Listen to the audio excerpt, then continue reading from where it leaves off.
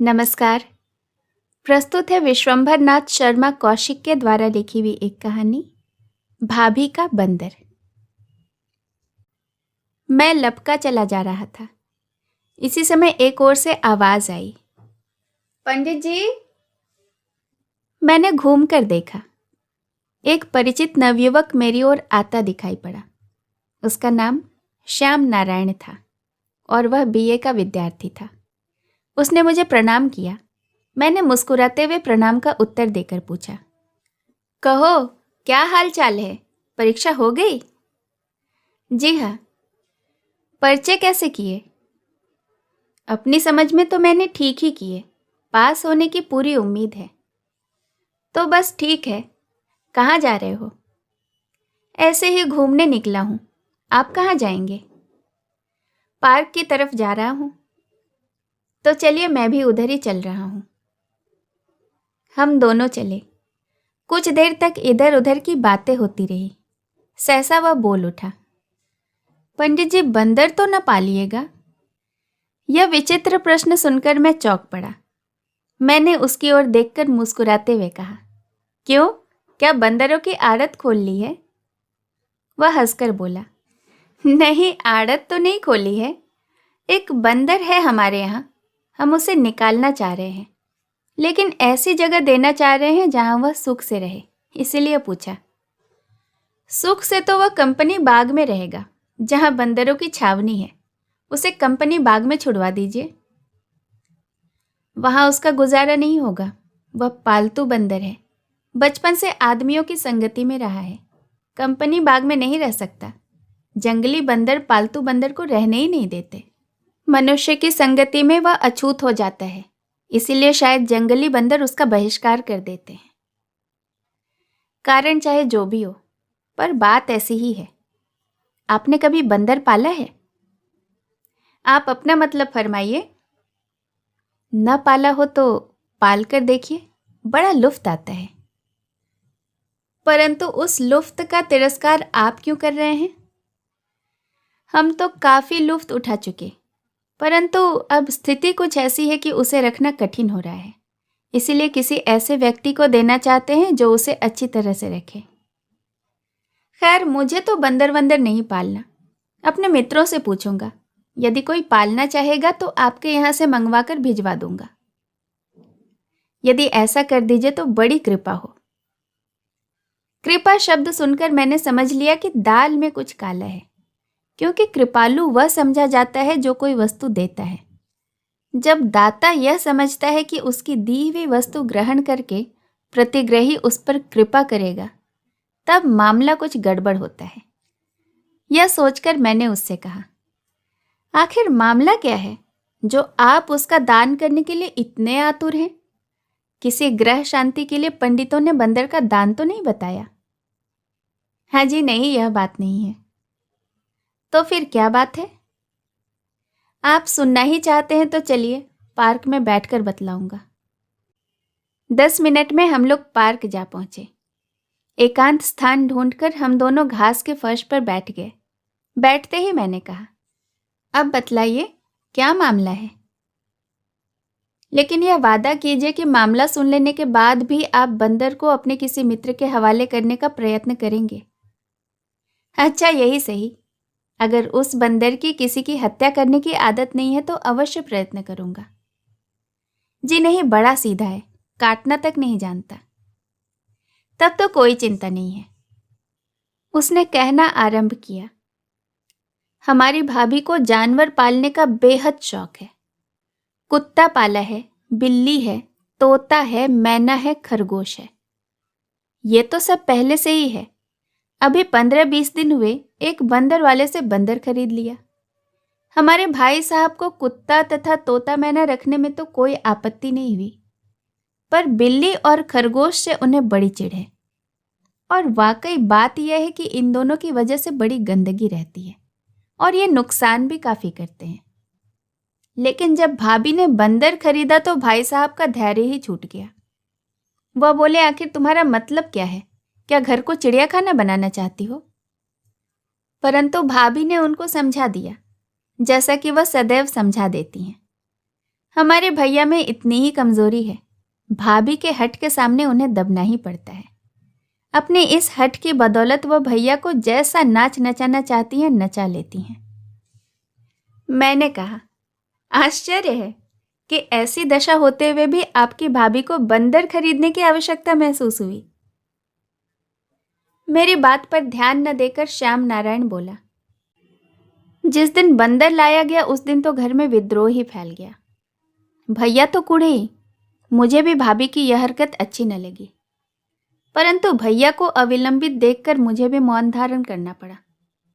परंतु कुत्ते, बिल्ली तथा खरगोश ने तो खुल्लम खुल्ला विद्रोह का झंडा फहरा दिया। खरगोश तो बंदर की सूरत देखते ही 2 छलांग में अपने पिंजरे के अंदर दाखिल हो गया और उसने अंदर रहो हड़ताल करने में ही कुशल समझी। बिल्ली भी बंदर की सूरत देखते ही फू फा करती हुई दुम उठाकर 9-2-11 हो गई। परंतु कुत्ते राम को बिल्ली और खरगोश के अहिंसात्मक असहयोग में विश्वास नहीं हुआ।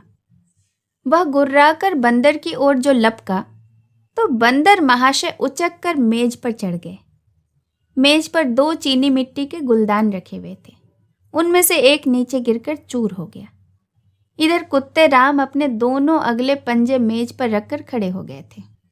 बंदर ने मेज पर रहने में खतरा देखा, अतएव उचककर दीवार में बनी हुई एक खुली अलमारी पर चढ़ गया। उसमें कुछ बोतलें, शीशे और ग्लास रखे थे। उनमें से 2 बोतलें, एक केवड़ा जल की और दूसरी आंवला हेयर ऑयल की, नीचे गिरकर फूट गई। केवड़ा जल और हेयर ऑयल की सुगंध में युद्ध होने लगा। भाभी ने चिल्लाकर मुझे बुलाया। मैंने कमरे का दृश्य देखकर भाभी से कहा, भाभी बंदर तुमने बुरा पाला। भाभी झल्ला कर बोली, अच्छा उपदेश पीछे देना, पहले इस जैक को तो बांधो। जैक यहाँ कुत्ते का नाम है। आतंकवादी जैक को तो मैंने बांध दिया, हालांकि उसने बांधे जाने का बड़ा विरोध किया। बंध जाने पर जैक ने धमकियों का ब्रॉडकास्ट करना आरंभ किया। हम लोगों के लिए वह कोरा भूखना था, पर बंदर राम का उन धमकियों से पेट पतलाया जा रहा था। खैर, भाभी ने बंदर को तत्थो थम्बो करके अलमारी से नीचे उतारा। मैंने नुकसान का अनुमान लगाया। आंवला हेयर ऑयल की बोतल 2 रुपये की, केवड़ा जल की बोतल 1 की और 1 रुपये का गुलदान। इस प्रकार 5 रुपये का नुकसान तो बंदर राम के गृह प्रवेश पर ही हुआ। मैंने भाभी से पूछा, यह कितने में लिया? भाभी ने उत्तर दिया, 20 आने में। क्यों? अब कोई पूछे तो 6.25 रुपये का बताना। 6.25 नहीं, 50 का बताऊंगी। चल वहां से, बड़ा हिसाबी बनकर आया है। जा नौकर को भेज दे या कांच समेटे। मैंने चलते हुए कहा, साल 6 महीना और रहा तो 50 से अधिक का हो जाएगा। संध्या समय जब भैया ऑफिस से लौटे तो नुकसान का हाल सुनकर बोले, मैंने तो पहले ही कहा था, मगर मेरी सुनता ही कौन है। यह जानवर महा उत्पाती होता है। अभी क्या हुआ है, आगे आगे देखना होता है क्या? भला यह जानवर पालने योग्य है, लेकिन कहें किससे? आखिर इसके पालने की आवश्यकता ही क्या थी? मेरी तो यही समझ में नहीं आता। तुम्हारी समझ में कुछ भी नहीं आता। बंदर पालना अच्छा होता है। कहते हैं कि कोई बला घर में आती है तो बंदर के सिर पर पड़ती है, आदमी बच जाते हैं, भाभी ने कहा। फिलहाल तो यह खुद ही ऐसी बला हो रहा है कि सारे बलाओं का ताऊ बना बैठा है। तुम्हारे लिए होगा बला। 4-6 दिनों में यदि बला कहोगे तो मान लूंगी, अभी नहीं मान सकती। जैक दिन भर चिल्पों मचाता रहा, क्योंकि उसे बंधे रहने की आदत नहीं थी। रात आई तो यह समस्या उठ खड़ी हुई कि बंदर कहाँ रखा जाए। रात में जैक को बांधे रखना उचित नहीं था, क्योंकि वह बंधा रखा जाए तो घर भर को रतजगा करना पड़े। यदि वह खुला रखा जाए तो बंदर राम की जान का बीमा कौन करे? अंत में भाभी ने बंदर को अपने पास रखने का जिम्मा लिया। रात में बंदर राम भाभी की चारपाई पर लेटे। भैया ने जो यह दृश्य देखा तो जल बुनकर कलाबत्तू हो गए। भाभी से बोले, तो यह कहो, अब यह बगल में लिटाया जाएगा? हमसे तो बंदर ही अच्छा है, हमें तो तुमने कभी स्वेच्छा से इस प्रकार। भाभी बीच में ही बोल उठी, क्या वाहियात बकते हो? वाहियात नहीं, ठीक कहता हूँ। इस साले को देखकर मेरा खून खौलता है। देखो तो किस तरह लिपटा हुआ लेटा है। यह मेरा अच्छा रकीब आया। किसी दिन क्रोध आ गया तो टांगे चीर डालूंगा इसकी।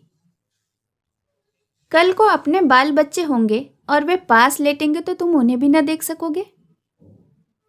अच्छा, तो तुम इसे अपना बच्चा समझती हो, लेकिन यह भी तुम्हें अपनी माता समझता है, इसका क्या सबूत है? इस पर भाभी बहुत झल्लाई।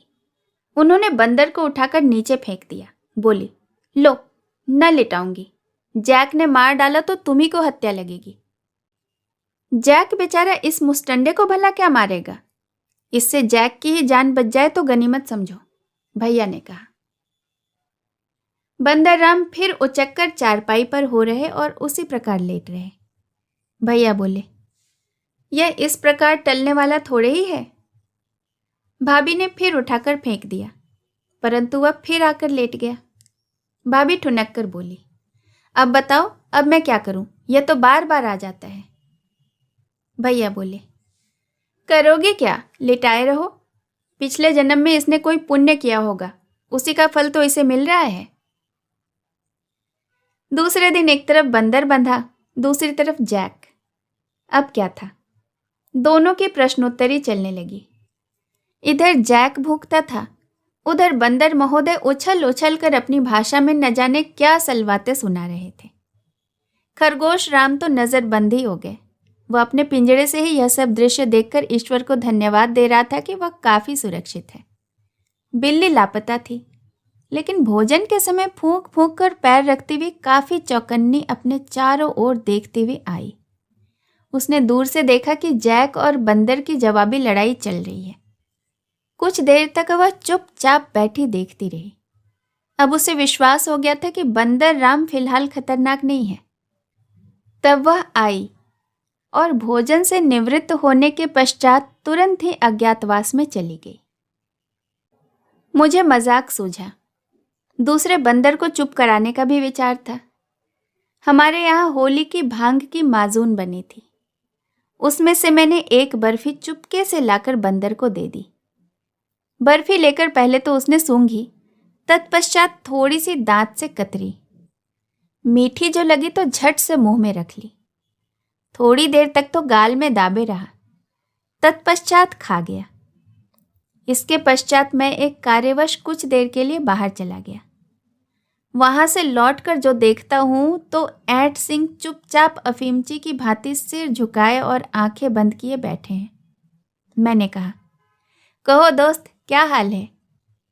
मेरा कंठस्वर सुनकर उसने आंखें खोली।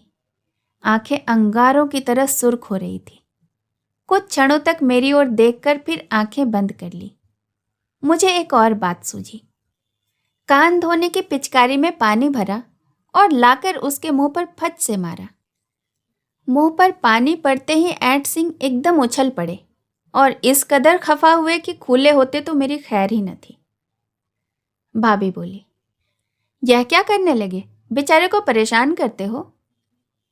मैंने कहा, जब पाला है तो इसका कुछ लुफ्त भी तो लेना चाहिए। 6.25 रुपये वसूल कैसे होंगे? थोड़ी देर बाद ऐट सिंह पुनः समाधिस्थ हो गए। मेरा इरादा फिर से पिचकारी मारने का था, पर भाभी नाराज होने लगी। दूसरे दिन मैंने फिर माजून की बर्फी दी। उसने हाथ में लेकर बर्फी सूंघी, फिर हाथ से जमीन पर रगड़ी। शायद उसका नशा पोंछने के लिए ऐसा किया हो। रगड़कर छोड़ दी और उसकी ओर पीट करके बैठा, लेकिन बीच बीच में सिर घुमाकर देख लेता था कि पड़ी है या नहीं। 2-4 दफे यह क्रिया करके फिर घुमा और पैर से धीरे धीरे उसने बर्फी को अपनी ओर खिसका खिसका कर अपने बिल्कुल निकट कर लिया और बैठ गया। मैंने एक लकड़ी से बर्फी खींचने का प्रयत्न किया। ज्यों ही मैंने बर्फी की ओर लकड़ी बढ़ाई, त्यों ही उसने चट उसे उठाकर मुंह में डाल लिया। थोड़ी देर तक गाल में दाबे रहा, तत्पश्चात खा गया। आधे घंटे के पश्चात फिर वही दशा हुई। आंखें बंद, सिर झुका हुआ। मैंने पुनः पिचकारी का प्रयास किया। उसने फिर चौंक कर छलांग मारी। आज उसे यह बात बड़ी नागवार गुजरी। बड़ी देर तक मेरी ओर देखकर खों खों करता रहा। उस दिन से मेरी और उसकी शत्रुता हो गई। जब मुझे देखता तो कान दबाकर खों खों करने लगता। तीसरे दिन फिर से मेरी इच्छा उसे माजून देने की हुई, परंतु भाभी बिगड़ने लगी। क्या उसे भंगेड़ी बनाएगा? मैंने भी सोचा कि कहीं कमबख्त को भांग की आदत पड़ गई तो बड़ी मुसीबत होगी। नशे के उतार के वक्त उसकी बुरी दशा होती थी। मिनट मिनट पर जमाई लेता, कभी लेट जाता, कभी फिर उठकर बैठ जाता। जैक भी उस वक्त भूखना छोड़ देता। वह भी चुपचाप उसकी दशा को देखा करता। उस समय ऐंट सिंह अपनी जान से बेजार दिखाई पड़ता था। मुंह लटकाकर लौकी हो जाता था। मैं पीछे से जाकर खोपड़ी पर एक चपत रसीद करता तो कुछ क्षणों के लिए आग बबूला होकर खूब चिल्लाता और खूब उछल फांद करता, परंतु थोड़ी देर के बाद फिर वही दशा होती थी। एक दिन भाभी की माता भाभी को देखने आई। वह काशी जा रही थी। भाभी से मिलने के लिए 24 घंटे के लिए यहाँ ठहर गई। उस दिन संयोगवश बंदर की जंजीर बांधते समय कुछ ढीली रह जाने के कारण खुल गई। भाभी की माता जो उधर से निकली तो बंदर उचक कर उनके कंधे पर चढ़ गया। वह चीख मार कर भागी। भागते समय ठोकर जो लगी तो मुंह के बल जा गिरी। आगे के 2 दांत हिले हुए थे, वह टूटकर बाहर आ गए। बंदर कूदकर अलग हो गया। हम लोगों ने दौड़कर उन्हें उठाया। भाभी के काटो तो लहू नहीं। माता ने भाभी को बहुत डांटा। बोली, वाह रे लड़की, ऐसे ऐसे जानवर पाल रखे हैं, कोई भला आदमी तेरे यहाँ क्यों आवेगा? मैं अभी जाऊंगी, मेरा असबाब बंधवा दे। भाभी ने खुशामद बरामद करके उन्हें शांत किया। मैंने उनके दोनों दांत पुड़िया में लपेटकर उन्हें दिए और कहा, इन्हें काशी जाकर गंगा में छोड़ देना। जब माताजी का क्रोध शांत हुआ तो बोली, ये दांत बड़े दुख रहे थे, मैं इन्हें उखड़वाने का विचार भी कर रही थी। यह सुनकर मैंने भाभी से कहा, यदि हम लोग दांत उखाड़ने का व्यवसाय शुरू कर दे तो काफी आमदनी हो। भाभी कुढ़ कर रहेगी। इधर बंदर राम ने उपद्रव मचाना शुरू कर दिया। 3-4 फूलों के गमले तोड़ डाले। जब से बंदर बंधा रहने लगा था तब से खरगोश राम बाहर निकलने लगे थे। उस समय वह बाहर घूम रहा था। बंदर ने उसका कान पकड़ा और थोड़ी दूर तक घसीटता हुआ ले गया। हम लोग दौड़े तब जाकर उसे छोड़ा। छूटते ही खरगोश बेतहाशा भागा और अपने काबुक में घुस गया। उसने समझा होगा कि आज तो बला टल गई। भाभी ने बड़ी कठिनता से उसे पकड़ा। उन्हीं के वश का है भी, मुझे तो शत्रु ही मानता है। इस प्रकार जब भी छूट जाता है तब थोड़ी देर उपद्रव करके कुछ न कुछ नुकसान करके ही काबू में आता है। अभी 3-4 दिनों की बात है, भैया से लिपट गया था। मैंने पूछा, क्यों? अब क्या बताऊं? इतना कहकर वह मुस्कुराया। यदि सर्वथा अकथनीय बात हो तब तो न बताओ, अन्यथा बताने में क्या हर्ज है। बात यह हुई कि इतवार का दिन था। दोपहर में भाभी ने बंदर को खोलकर अपने पास बंधवा लिया और उससे खेलने लगी। इसी समय भैया भी वहां पहुंच गए। भैया ने भाभी से कुछ छेड़खानी की होगी, बस यह देखकर वह भैया से लिपट गया। वह तो कहिए कि भैया ने दोनों हाथों से उसकी गर्दन पकड़ ली, अन्यथा बहुत संभव था कि वह भैया को भंभोर खाता। भैया भाभी से बोले, तुमने इसे मेरा खून करने के लिए पाला है? यदि तुम्हें इसी को खसम बना के रखना हो तो रखो, आज से मैं तुमसे बात नहीं करूंगा। इतना कहकर भैया क्रोध से भरे हुए घर से बाहर चले गए। दिन भर न जाने कहाँ रहे, रात को 9 बजे लौटे। भैया के चले जाने के बाद भाभी बहुत रोई। मुझसे बोली, इस निगोड़े को किसी को दे दो या कहीं छुड़वा दो, अब मैं इसे नहीं रखूंगी। उस दिन से वह रात दिन बंधा रहता है, 1 मिनट के लिए भी खोला नहीं जाता। और रात में कहाँ रहता है? रात में भी बंधा रहता है। अब जैक उससे नहीं बोलता, वह समझ गया है कि यह भी घर का ही जानवर है। तब गनीमत है, यदि कहीं उसकी आदत यही होती कि। श्याम नारायण मेरा तात्पर्य समझकर बोला, नहीं, वह आदत नहीं रही। भाभी ने उसे 3-4 ही दिन अपने पास लेटाया। उसके बाद पहले तो जैक के डर से ऊपर छत पर बंधवा देती रही, बाद में जैक का विरोध भाव जाता रहा, तब कहीं भी बांध दिया जाता था। हाँ, 3-4 दिन तो वो खूब चीखा चिल्लाया, परंतु फिर शांत हो गया। यही उस बंदर की कथा है। अब भाभी मेरी नाक में दम किए हुए नित्य कहती हैं कि बंदर का कुछ प्रबंध किया। अब आप ही बताइए, मैं क्या प्रबंध करूं? किसी बंदर वाले को दे दो। बंदर वाले नहीं लेते, हमें कहते हैं हम क्या करेंगे, सीखा हुआ होता तो हम लेते। तो उसे कंपनी बाग में छुड़वा दो। भाभी वहां नहीं छुड़वाने देती, कहती हैं जंगली बंदर उसे मार डालेंगे। अजी खाक मार डालेंगे, 1-2 रोज में सब हिल मिल जाएंगे। भाभी से कह दो कि एक मित्र ने मांगा है, उनके यहाँ पहुंचाए देता हूं, और बाग में छुड़वा दो, झगड़ा तो मिटे। हाँ, यह तरकीब तो ठीक है, थोड़ा झूठ तो बोलना ही पड़ेगा। यदि आप हरिश्चंद्र के अवतार नहीं है तो ऐसे अवसर पर झूठ बोलने में कोई हर्ज भी नहीं है। ठीक है, ऐसा ही करूंगा। कहानी सुनने के लिए बहुत बहुत धन्यवाद। दोस्तों, अगर कहानी पसंद आई हो तो इसे एक लाइक करिएगा, और आपके कमेंट का हमें बेसब्री से इंतज़ार रहता है। इस कहानी को आप अपने मित्रों और परिवारजनों के साथ शेयर भी कर सकते हैं। और ऐसी ढेरों कहानी सुनने के लिए मेरे चैनल इंस्पायर्ड कॉर्नर को ज़रूर सब्सक्राइब करें। धन्यवाद।